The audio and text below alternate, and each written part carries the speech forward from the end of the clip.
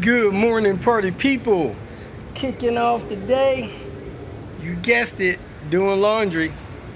Man, working out in the desert and rummaging through salvage yards, my pants and shirts get super dirty. Yesterday, a couple of you know, I was out in the salvage yard picking an 850R sedan. I got a few parts left from that thing. I was fortunate enough to get there early, and the only thing that was missing was the wheels. I believe the salvage yard took the wheels off, couldn't find them, looked everywhere.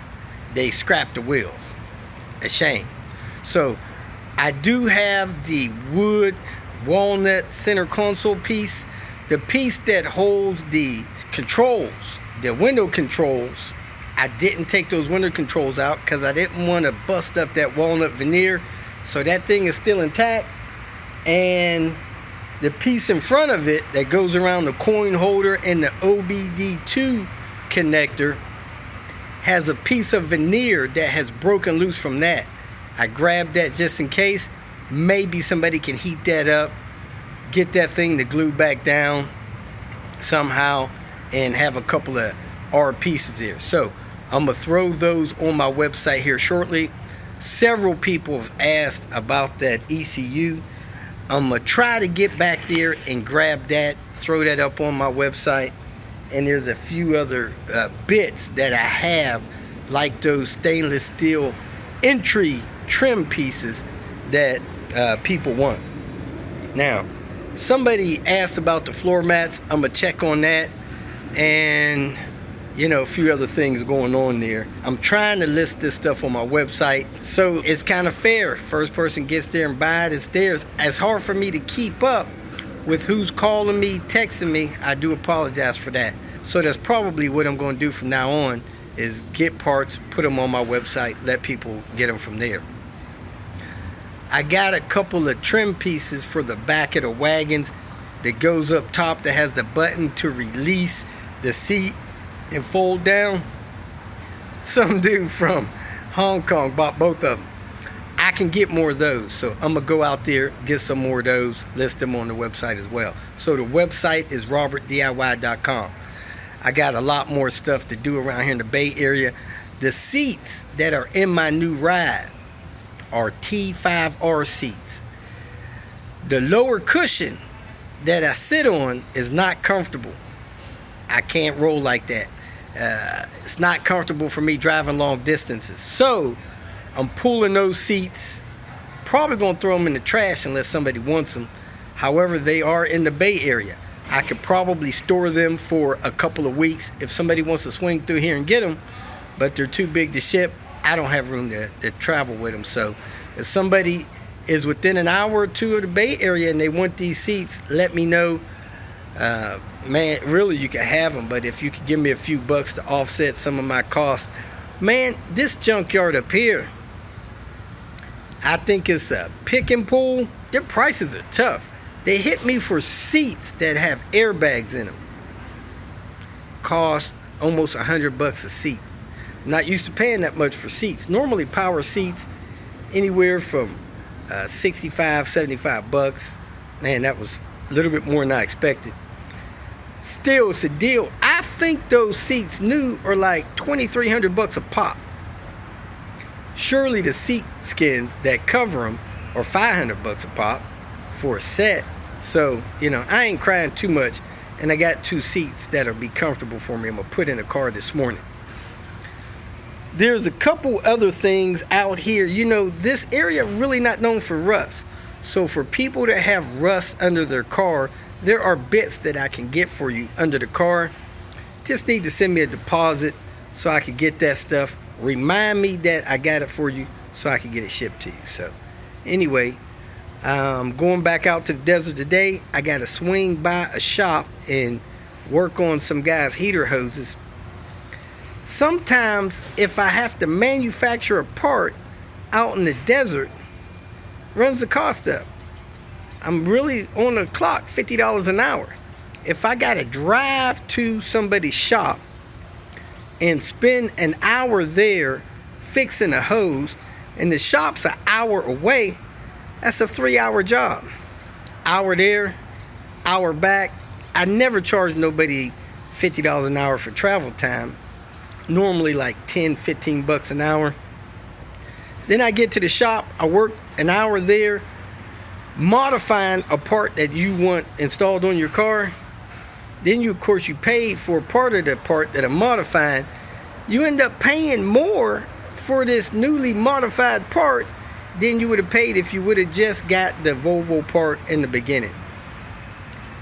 I hope you guys understand that. You know, manufacturing and modifying parts takes time. Brian had me cut a gasket.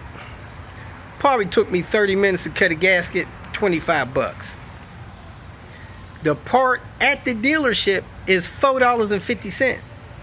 So you pay 25 bucks for a $4.50 part. Now, you know, it's convenient to be at your location and be able to make something there that we need. But if you got time and you could do it ahead of time, or somebody's already picking up parts in the first place, that $4.50 gasket is cheaper at the dealer than me making it at your workbench. Just a note. So, get done with my laundry. I gotta run, grab a couple of shipping boxes to ship a couple of parts out. Then I'm gonna run by that salvage yard because I meant to grab that what do you call that thing? Rocker panel. The rocker panel on the R's are a little different. They have a groove down there. Not that most people notice or care, but I got to grab one of those, grab a couple of more bits off that car that are not R specific, and get to the shop to modify these hoses for Darren. So that's where I'm at. Check the website for parts listings, and I appreciate you guys' support and understanding and for messaging me about a few of these parts. Some of these parts, of course, sold. I didn't put them on the website because people sent me messages about them. But if somebody backs out of a part or anything like that, or doesn't like the price of it, I'll put it back on the website. Man, I spent probably $450 at the junkyard yesterday. Got to recoup that money, man. Sorry about that. And of course, some of these parts you can't get, you know. Man, you can't get it. So anyway, that's where I'm at. Hope you enjoyed today's clips. Welcome to Hanging Out with Robert. That's me. This video contains things that I encounter throughout the day. If for some reason I complete a task and you would like to see the details, you could click on the link in the description area below. This video also contains tips and tricks that I learned throughout the years. I plan on leaving this video accessible for about 30 days. After that, you can view it through my Patreon account. Thank you very much for watching. The traffic in San Jose is insane. They have the intersections blocked because there's bumper-to-bumper traffic from one traffic light all the way to the other. It's like, where are all these people going on Saturday? Kicking off the Tinker Day. It's actually not that hot, probably in the 60s. It's a little warm with the sun, but I don't think I'll need the tent. I got so much to do under the car. But man, it is 2:15. I actually have anxiety from how long it took me to get down here. I was hoping to be down here 10:30. Here it is, almost 4 hours later. It's a mess, all the stuff, and I just quit doing stuff I got going on. But anyway, let me tear into this, try to get this turbo done, this subframe on, this engine hung, these pedals changed. See how much I can get done by 7. Decisions. The turbo that Darren bought has an angle flange. Of course, the car has a straight flange. So I got to figure out what he wants to do with this. I got the turbo out. You can see it's got the standard manifold. I'm about to take the manifold off and put the R exhaust manifold on. I'm not going to have a heat shield for it because that R heat shield is different from the standard engine manifold heat shield. So we're going to have to get a heat shield for it. It was hard getting that exhaust loose from the exhaust flange from the turbo. Never had one that hard. I had to break out my big chisel and my 3-pound sledge to knock that thing loose. As you can see, this turbo has an angle flange. It's on the angle, and that turbo has a straight flange. It's not on the angle, so that downpipe's not going to mate up to this one. So I contacted the pro that makes them, see if he can make an angle flange downpipe for this thing. Trying to get a group eye on those because, of course, this is a larger opening than that is. However, if you don't have a downpipe to fit it, you got to split the turbo and swap it over. Here you have your standard aerosol can. As you can see, it fits in that angle flange pretty easy, but it won't fit on this straight flange. It won't fit in there. So this straight flange is not as big. And I got a video linked where I measured all three of these openings with a caliper. The stock manifold, it has Volvo on the back of it, and the R manifold has Japan on the back of it. And if you look at the openings where the exhaust manifold gaskets go, the standard manifold is not as open as the exhaust manifold is.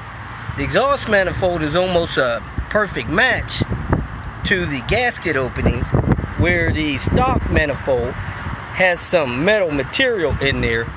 It's visibly, noticeably not as open as the exhaust manifold. When you flip it over, you see how open this is and unrestricted, and how restricted this is.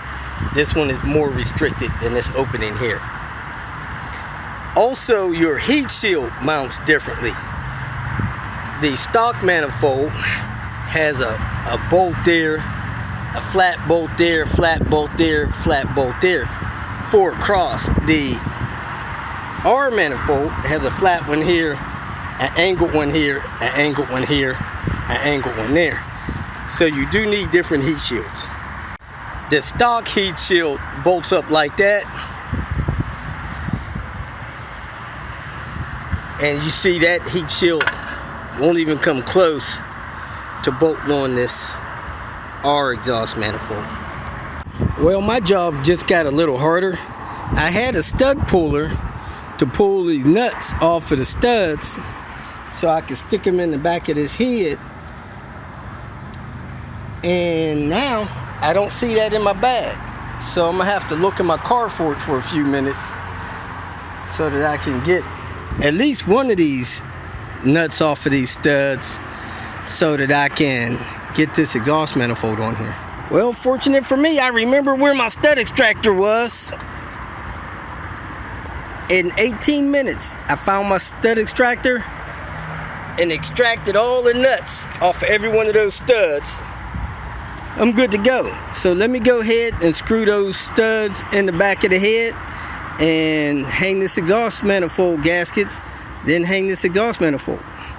It looks like the guy I bought this exhaust manifold from, CJ, made this exhaust manifold true. I don't usually have those checked for trueness, but that's a good thing to do so you don't have issues with that. But that thing looked like it's been made true. Now I gotta get one of these studs out of here and put it in here because I need to hang that turbo on there. So that may be a little task. Let me see if I can get one of those out. I was able to get one of those studs out. I put it on that exhaust manifold. Now I'm gonna screw those studs in the back of the head, hang the gaskets, and hang this exhaust manifold. I got all the studs in place. Now it's time to hang the gaskets. The gaskets only go one way. This part of the gasket goes against the head. This part goes against the manifold. So go ahead and hang these in the position and slide your manifold over it. There it is, folks. All the gaskets in place. And I don't have to tie them on because I'm not moving the head. Usually I have the head out and I gotta slide the head on these things and work them into place, but since I'm gonna drop the manifold down here and drop it on into place, gaskets won't fall off. This manifold only has a couple of small cracks in it. I normally see them bigger than that. But I was surprised to see cracks on that one. I don't normally see cracks on those. I'll show you that in a minute. Exhaust manifold on. Time to go work on that turbo and get that turbo on. Well, wastegate actuator's a little different. So I'm probably going to end up taking the wastegate actuator off of this, putting it on here. Because this one has a different style and a different pin than that one does. I can also try to thread this one on here, which may not work. I'll give it a try. Then I'm going to split this here and put it over here. As you can see, this nut is in a different position, and that will be a problem with mounting your oil line. So I'm going to move this clamp, probably use the one that's on the original turbo. I don't want this one to be in the way of any of my lines connecting. See that the thread pitch on these two wastegate actuators are different, so I'm not going to be able to move this over and use this one. I'm going to have to use this wastegate actuator. A very important thing when putting turbos together is to clock them right. You want this clocked in the proper position so your lines can connect. If you don't, you'll have lines that won't connect. So it's best to clean a spot off on each one and put a mark on there with a Sharpie or a paint pen so that when you put it together, it's at the right angle. Now we're going to split it here and not here, so we got to make sure the back is clocked right and it goes back together in a good way. And then we want to check to make sure this is clocked right, because we don't want to try to install this turbo and it not properly match up because it's not clocked right. So especially when you get them rebuilt from a place that's not professional, they may clock it wrong, like I had an issue with the one on that S60. Then you got to wrestle with that stuff. So best to check it with it off the car. Now we know this one's clocked right, so we can take measurements off of this one to check this one. Mainly where your lines connect. They look very close, so I'm not going to worry about it. However, when I split this exhaust flange from the CHRA, there should be a guide pin there that will help guide this thing in the proper position. But when I got this output straight up, I got this just a little bit back, not quite even with this drain hole. It's kind of in the middle of that area there. So that's where I'm gonna shoot to put this one back. This one seems to have the same setup as well, where this is kind of in the middle of that. Guide pin appears to be in the same orientation on both, so that's good. Should just plug right in. This is the new turbo. That's the old one. That's a good color for a turbine wheel. Now's the best time to install your coolant line. Nothing else in the way. That's the hole. Heck, this thing's got two holes on it where the guide pin goes. We're going to use this hole here. I don't know what that hole's for. Anyway, it's got the same amount of fins. It's got the plate there. And whatever you do, don't forget to remove these plugs when you hook your stuff up. I actually hooked up one time. I think I left the drain plug in, destroyed the turbo. You know, didn't have nowhere for the oil to go. It just went to there and just bypassed it. So be careful, don't do that. Somebody distracted me and I forgot to pull the plug out of the drain. It may be a good thing that we're swapping these exhaust flanges over. This one is actually sticking closed. I don't know how many of you remember, but when I bought Queen Bee, it had a blown engine because the wastegate actuator was sticking closed. You do not want that. See how this one doesn't get stuck at all? And this one has a little play in it, and they just wear and get more play in them. Some of these inexpensive aftermarket turbos. I don't know why it's getting stuck, but that is not good. This is a Mitsubishi turbo, and this is a knockoff turbo. And when you get this together, you want to put your finger in here and make sure that your turbine wheel spins freely, and you could do it through the other side as well. And it's got a 6x6 inlet blade on it, compressor wheel. So this is all hooked up and ready to go. This line is snug, it's not really tight. Put a couple new washers on there, and the oil line goes up here, the coolant supply goes there, and then the oil drain goes there. So got to get this thing hooked up. This is where your turbo pressure line goes to your BCS, and that goes to your intake manifold. I got both of these turbos put back together. I noticed this wastegate actuator is pointing a different direction than that wastegate actuator is, and it's got a larger hole in it. That looks like a 3mm. That's more of a 5mm. So don't know if that makes a big difference. Bypass valve openings are different as well. Anyway, this is the one going on the car. Straight flange and the old wastegate actuator, the old wastegate exhaust flange. Now for one of my favorite mods. Getting rid of those pesky oil cooler lines. That's one of my favorite mods because it makes people cringe. But I've done the test, it's fine. Look at there, I even cleaned it off. I probably should sign it. But look at all this oil residue along these old lines. All that junk, probably lines seeping, ready to blow. I got the bolt out already. I'm about to disconnect it from the radiator. This radiator's coming out anyway, so let me do that, then install this turbo. It's getting late. Let me see what time it is.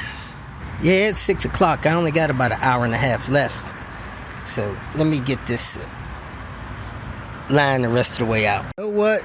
It's going to be a whole lot easier and a whole lot quicker to replace these coolant hoses with this turbo out.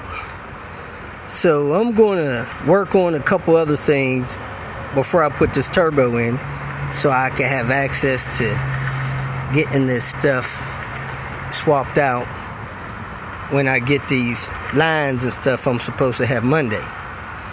Plus, he's got a new line for here he got from IPD, and the new coolant supply off the water pipe down there. So I'm going to grab those and install those as well. So let me get to work on something else more productive than that. Do pads and rotors while I'm at this point. Be quicker than doing something else. My phone was down to 4%. I plugged it into this boost box at the 3 amp. In just 1 hour, I'm up to 75%. That thing kicks butt charging phones. Well, this is never good. The boot is loose from the caliper. That lets dirt get in behind there and causes the caliper to stick and act up. So we're probably going to have to replace this caliper. I've never been really good at getting those boots back in there, but I'll try it real quick. There you go. Front passenger side. Whoop, whoop. I got to ask Darren what he wants to do about this caliper. Well, this is interesting. The simple brake job is going awry. This top bolt here, a 5 is too small, a 6 is too big. This bolt down here, a 6 is too small and the 7 is too big. I have no idea what somebody put in this caliper. Get this caliper off the bracket. Guess I'm gonna have to go get some standard bits. Let's see what's going on there. I don't know. See how the slots in the rotor kind of go in a pattern up and away on the top toward the back. That one was going the opposite direction. So it was probably installed on the wrong side. Let's go check the other side and see. Cause that says front driver's side. All right. And this says front passenger side. And that was going the wrong direction as well. So somebody put these rotors on the wrong side of the car when they were installed. Defeating the purpose, people. I don't know if these rotors are any good. They could probably be cleaned up and reused on another vehicle. They don't seem to have any wear pattern in them, just rust from sitting. So that's the new ones. See if I could do something else before I run out of time. I'm going to take the timing belt lower cover off. I got enough time to do that. And then it's going to be time to clean up this mess I got here and start packing it up before it gets dark out here. Time's burning. Well, that 10-minute job took about 8 seconds with the subframe out of the way. So I'm going to clean up the area where the water pump was, get it ready to get a new water pump on it. Clean that up some. I got to do it a little more.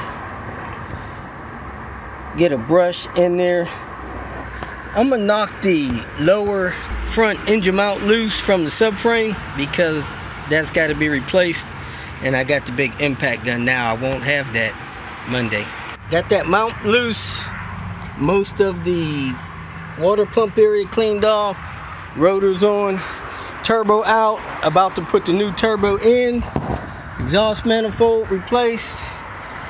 And man, that seems like almost about it for today. I can't think anything else I did. I guess I could check the video, but oil cooler lines removed and that block off plate installed. I'm gonna knock it off for now. Got a lot to clean up and get out of here before 8 o'clock. I just noticed that these are directional tires put on the wrong way. Rotation is going that way, and somebody's got this wheel on the wrong side of the car. Wow, a lot going on here. That's it, all cleaned up for today. It'll be like this until Monday. Come back down here and get back with it.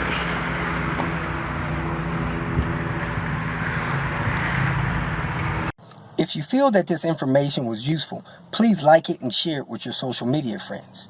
You can subscribe to my channel so that you will get notifications of future videos that I post. You can follow me on Twitter, and if you need to contact me directly, please visit my website.